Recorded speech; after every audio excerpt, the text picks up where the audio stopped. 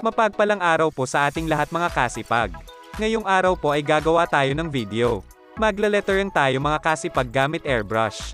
Kailangan lang entin ng masking paper at splicing knife mga kasipag. Wala tayong stencil paper kaya masking paper na lang gagamitin entin mga kasipag. Gagawa muna tayo ng pattern bago natin IQ cutting mga kasipag. Kailangan lang natin ng sipag at tiyaga para maging maganda resulta ng ating ginagawa mga kasipag. Next video natin. Brush naman gagamitin natin mga kasipag.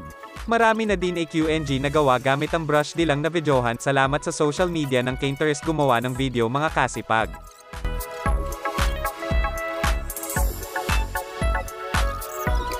O ayan mga kasipag, spray na tayo gamit airbrush, pero bago tayo mag-spray takpan muna natin ang area malapit sa base para demahagip ng pagbuga ng spray gun.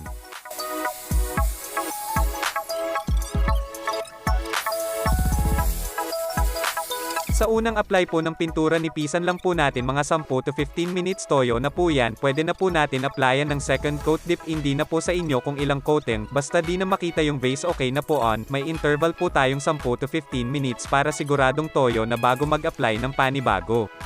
Para po maging matibay gawa natin.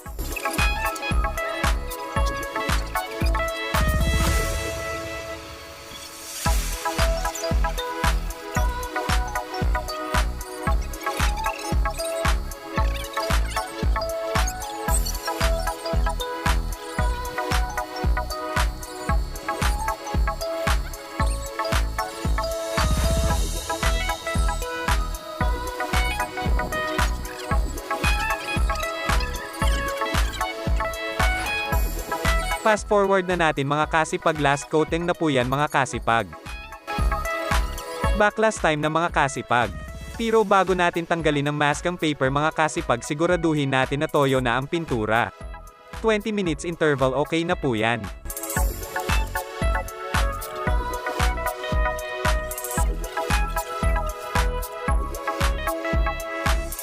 Paalala mga kasipag, dahan-dahan lang po natin tanggalin ang masking paper, iwas lang po na baka sumama yung pintura, masasayang lang pinaghirapan natin.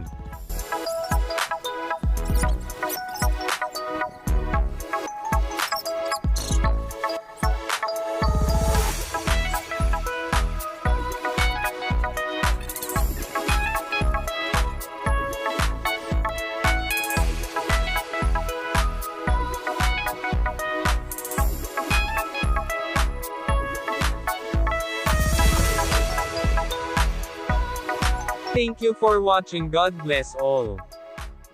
Kung bago ka pa lang sa aking YouTube channel, huwag kalimutang mag-like, subscribe, and hit notification bell para lagi kang updated pag may bago tayong video na i-upload.